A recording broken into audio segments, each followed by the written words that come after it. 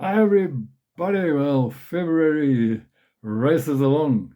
Can you believe? Welcome to devotions at the beginning of this new week. Well, today I want to think about tug of war. You remember? I used to participate, and I'm sure many of you did when you were younger.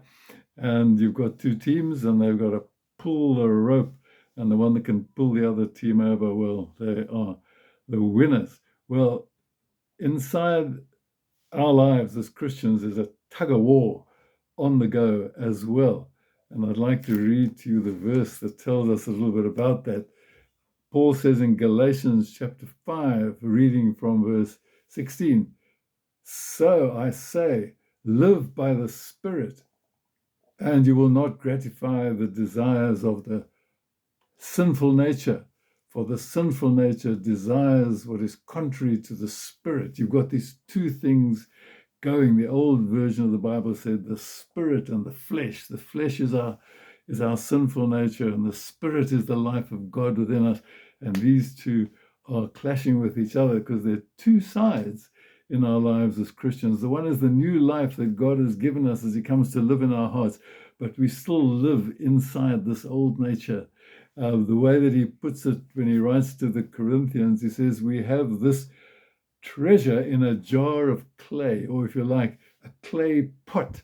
I sometimes like to think of it as a rusty bucket. We don't get rid of this rusty bucket until we kick the bucket, and then we enter into the next phase, the wonderful things that God has prepared for us. And so we need to be careful how we live, because there is at times a struggle on the go. Our flesh, which is our human nature, and the spirit, which is the life of God. I want to be a bit of a poet now and give you three words that rhyme when it comes to living by the Spirit. The first one is the word reside. In other words, God resides within us. Jesus says we abide in Him, and He abides in us. He resides within us. I love the way Paul says we keep company with Jesus. He shares His life with us, and that is the treasure that is inside this clay pot or rusty bucket. The second thing is guide.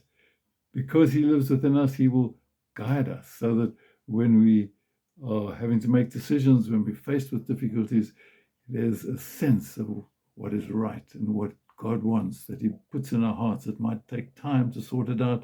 We might have to think and pray and read, but He leads us to a place where He will guide us to what is the way of the Spirit.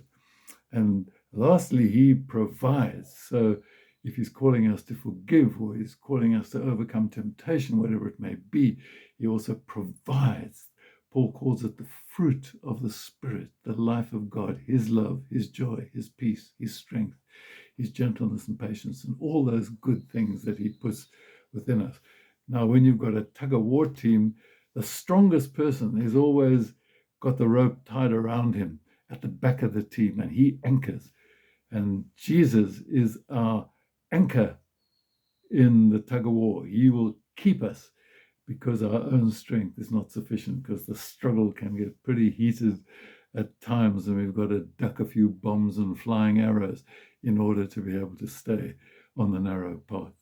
Well, we go into this week. There will be a tug of war, you can be sure, somewhere along the line.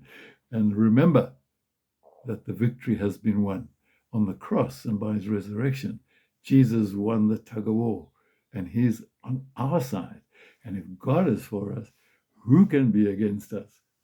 May God bless you, and the other team will be flattened as you trust in Him. There's a treasure in your rusty bucket. God bless you. Have a great week. Bye for now.